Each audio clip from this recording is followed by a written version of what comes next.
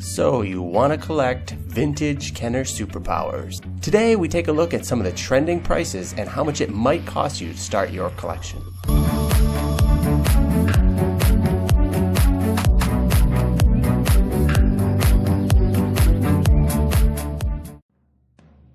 First up we have Flash.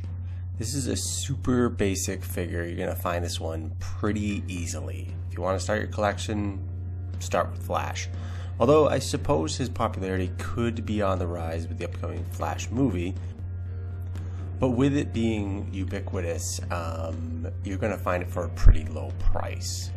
So you know, if you're a collector who really wants good quality, then you could probably hold out for probably a mint on this one, maybe $20 to $30. A regular figure probably around this price, $12.99. I think that's pretty reasonable, included plus shipping. So around $20 for you to get Flash right off the bat.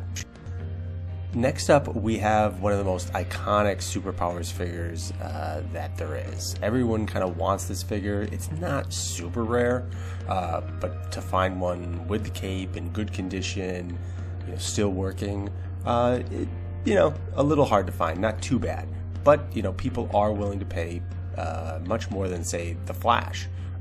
So 110 seems a little high on this one, and the paint is certainly very good. So you're kind of looking at this figure going, why is it so much money? It's all based on condition. So in contrast, here's another figure. Obviously looks a little bit more beat up than the previous version. The colors might seem, maybe there's a little yellowing in there. Some of the colors might not. Some of the paint might be chipping. The cape looks a little more worn than the previous version. So again, I think it all depends on what you want. Do you want a perfect figure that you can kind of just sit on your shelf, or do you want one that looks, maybe a little played with? And if you're willing to accept those dings, then it's not a bad price. So I would be, I think between $50, $60, I think is a good range. Here's one that's a little harder to find. This is Orion. He was out in the Series 3, so not as many of these figures were released. So pretty much every figure in Series 3 is going to cost you a little bit more than, say, a Series 1 or a Series 2. It kind of goes up in ascending. Series 1, mostly the cheapest. Series 2 gets a little bit more expensive, and Series 3 tends to really spike. But Orion, he's kind of a cool figure. His face rotates around when you squeeze his legs. Angry to happy. So $85, I would say that's relatively fair. I think I got mine for around that price, maybe slightly higher. But, depending on condition, I would say $85 is pretty decent. Next up, we got a Martian Manhunter. He kind of falls in the same line as, like, Flash. Obviously he's going to be a little bit more expensive because he comes with a cape, and those are a little bit harder to find, but he is out there quite a bit. He's Series 1 as well, but yeah, so you can obviously get him without the cape for probably $10 to $15. With the cape, it's probably going to run you $25 to $30. I would say this price is a little bit higher, a little more on the high end than I would be willing to spend on this figures, because you do find it a lot. It's funny because I wouldn't have thought that because I didn't have this figure when I grew up, but seeing the market now, it is out there pretty regularly, and so $39.99, it's on the high side, but based on condition, it's not the worst deal. Green Lantern, here's another Series 1 figure. Really, if the toughest part, this guy is another one you can find quite a bit. However, so there's sometimes yellowing on the fists, sometimes chips on the paint, and really the hardest thing to find is his accessory. Vintage figures, finding their accessories these days is getting harder and harder. This little lantern is especially hard to find, so $39.99 for a Green Lantern complete is certainly not the worst price. I would probably pay that. Could you get it a little cheaper? Probably. But yeah, $39.99 is a decent little deal for the Green Lantern. Next up is Brainiac. He's sold for $74.88. I think, judging by the left arm notation on this sale, he probably has the left arm that falls off a lot or is broken, but it's still there, so that's something. So that's really the trick with this figure. While not super rare, finding one that is not broken is extraordinarily tough. So basically, I think a lot of collectors are just happy to have the arm, so they can kind of put it on their shelf and make it look good. Finding one that works is probably going to run you well over $100. So yeah, $74.88 with a broken arm, but there is kind of ballpark. It's not the worst price in the world. I still don't have one of these. I'm kind of holding out for an under $100 version that is not broken and still works. So that's kind of a unicorn, but we'll see. Next up, we have Robin. He's complete, and it looks like the colors are pretty good on this one. Not much paint loss. The hair looks good. That's pretty common for this figure, to lose a lot of paint on the hair. And he has his cape.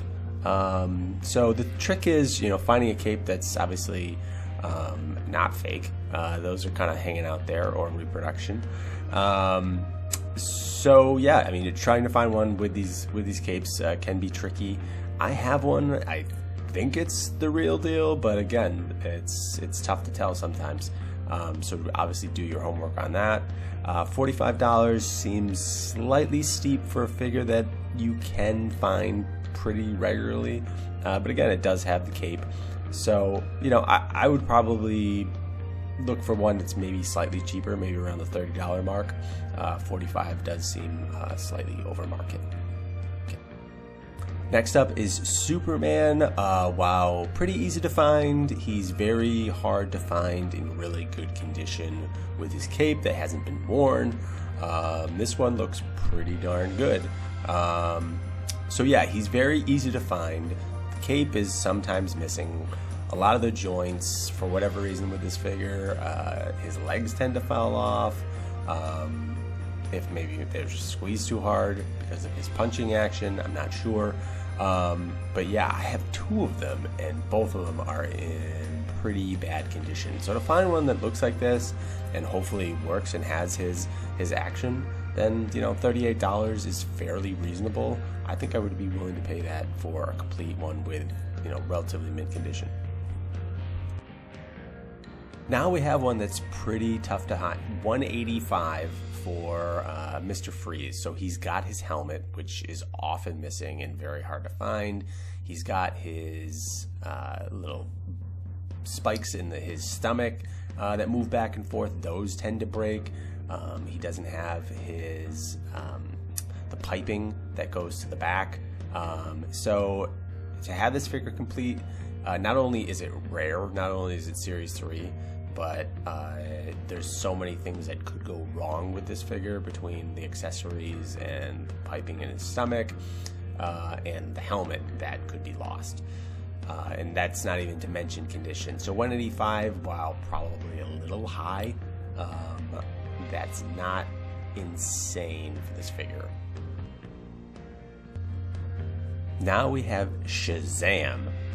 There's no cape, so $159. If that was the best offer, that's not that bad. But that kind of goes to show how much his cape is worth.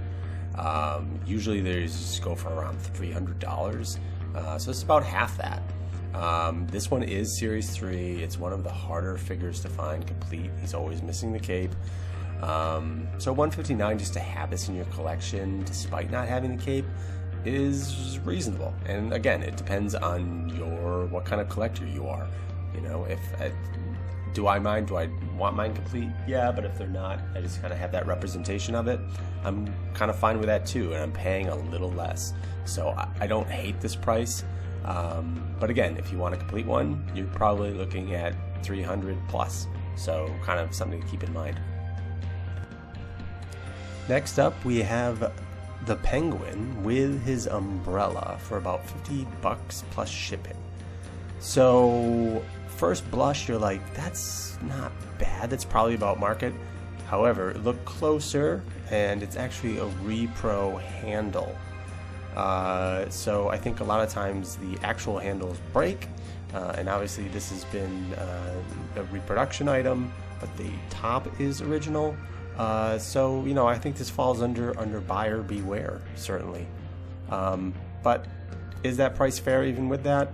I think it's a little high. He does have the back of his coat, the tail coats, but $50 for something that's not complete with a fake umbrella, I don't think I would go that high. Maybe around more 30 for that.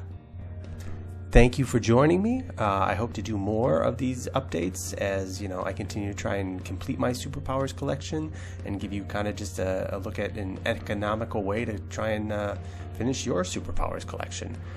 So yeah, as always, thanks for joining me. Like and subscribe, and we'll talk to you again soon.